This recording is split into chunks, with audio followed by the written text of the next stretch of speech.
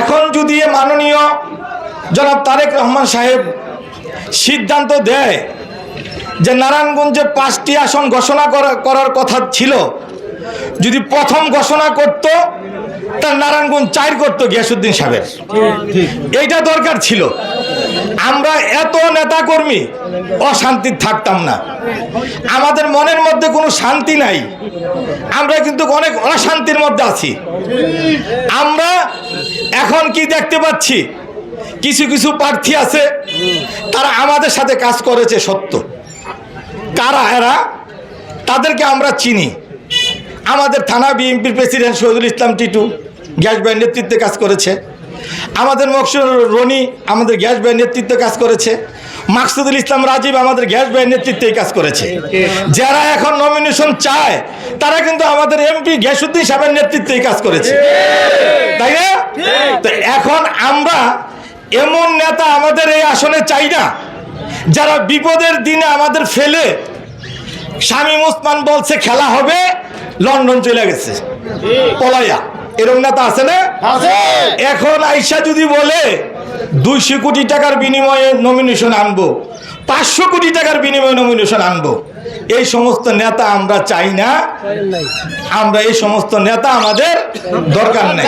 দরকার আছে? আপনারা জানেন এই বিগত 17 বছর আমরা সবাই কত কষ্ট করে আমরা এই রাজপথে ছিলাম, আন্দোলন করেছিলাম। আমরা কার নেতৃত্বে আন্দোলন করেছিলাম? তখন রাজপথে কে ছিলেন? তখন রাজপথে একমাত্র ছিলেন আলহাজ মোহাম্মদ গিয়াসউদ্দিন ভাই। এই গিয়াসউদ্দিন ভাইয়ের নেতৃত্বে আমরা কেন্দ্রের যত অনুষ্ঠান প্রোগ্রাম, কেন্দ্রীয় সমস্ত প্রোগ্রাম, আমরা ঢাকায় গেছি, নারায়ণগঞ্জে সমস্ত প্রোগ্রাম পালন করেছি।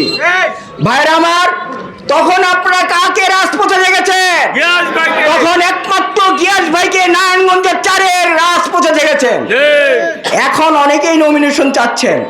নমিনেশন চাইতেই পারে, যারা বিএনপি করে তাদের নমিনেশন চাওয়ার অধিকার আছে। আমরা এটাতে উনাদের প্রতি কোনো রকম অনুরক্ত বা ক্ষিপ্ত নয়।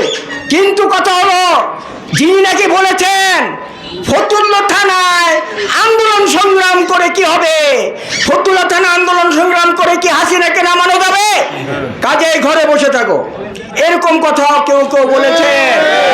যারা এই সমস্ত কথা বলেছেন তারা এখন নমিনেশন চায়, তারা এখন এমপি হইতে চায়।